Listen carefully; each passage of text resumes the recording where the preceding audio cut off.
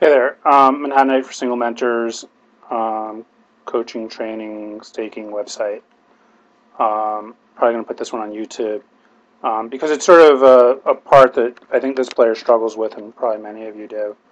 And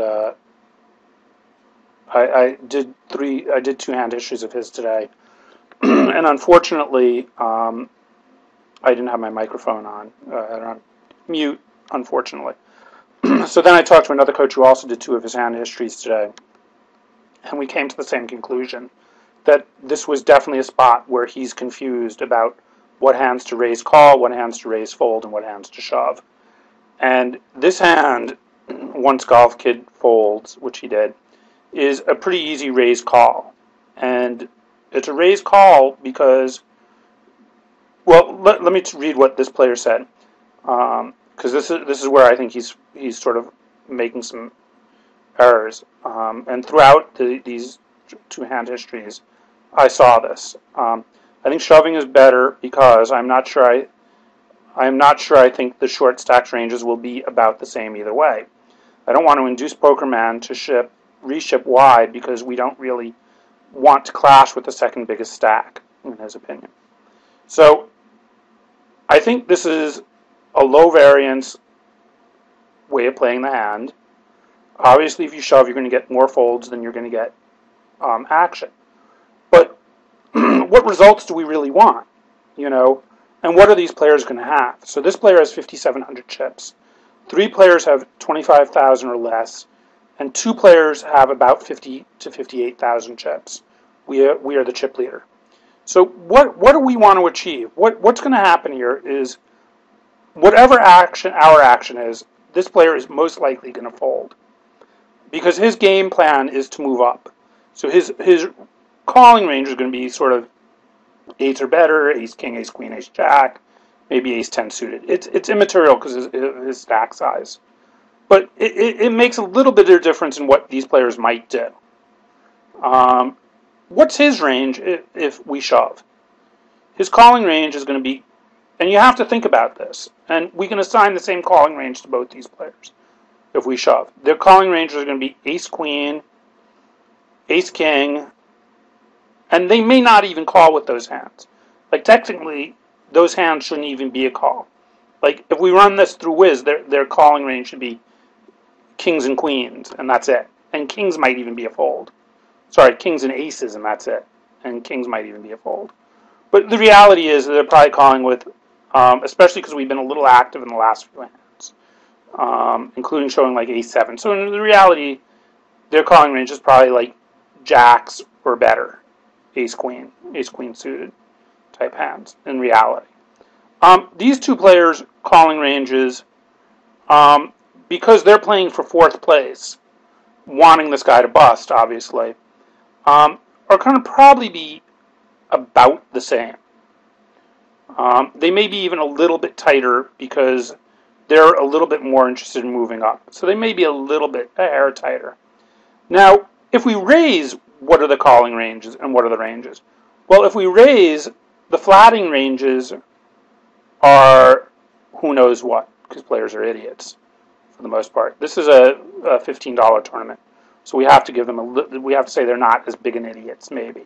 But they're sort of idiots. So what's their flatting ranges? Well, I don't think his flatting range is very good.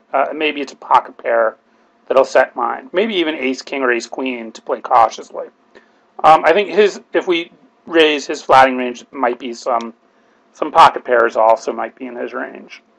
But more likely than not, these two players are going to shove on us a range that would include ace 9,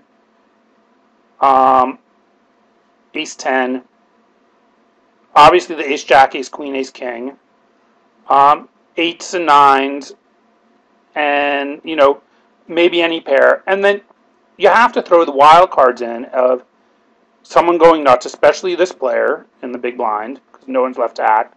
A hand like 10-7, I've seen queen jack, I've seen jack 9, I've seen 10-5. I mean, I've seen all sorts of shit. All sorts of stuff. Players going nuts, and you have to include those hands. So And we want to be against that range of hands. We want to be against the player who thinks that Queen Jack is a good shove here because you've been raising and playing a lot of hands, and you have an active image. So we want the action. If we can put in 5 more hands into this 3-bet shove range than is in the call range, then we are golden here. Because, for the most part, those 5 hands are going to be Ace-10 and Ace-Jack and Ace-9. And we really want those hands in. And there are also going to obviously be a few more pocket pairs, which we're not so keen with. But we have everyone out-chipped. We have this guy out-chipped by about 24,000 chips. If we lose, we're tied with these 3 players, and we still have an edge against them. And if we lose against this guy, we have 30-something thousand, so we're cool. We have 32,000. So we're not great, but we're okay. So we really want to raise call. And this is a mistake that I saw throughout your hand history, this player's hand history, where hands that I felt he should have shoved, he was raising, and hands that he was raising, hands that he shoved, I thought he should have raised, and hands that he raised, I thought he should have shoved. In other words, I saw him raise 8-7 at one point, which is a hand that you really want to shove because you don't want to raise call with it, and you don't want to raise fold with it with only 15 big blinds. So it's really much more of and I think he probably had less big blinds. So it's really much more of a shove hand than a raising hand. And I saw this mistake sort of consistently throughout the hand histories I reviewed.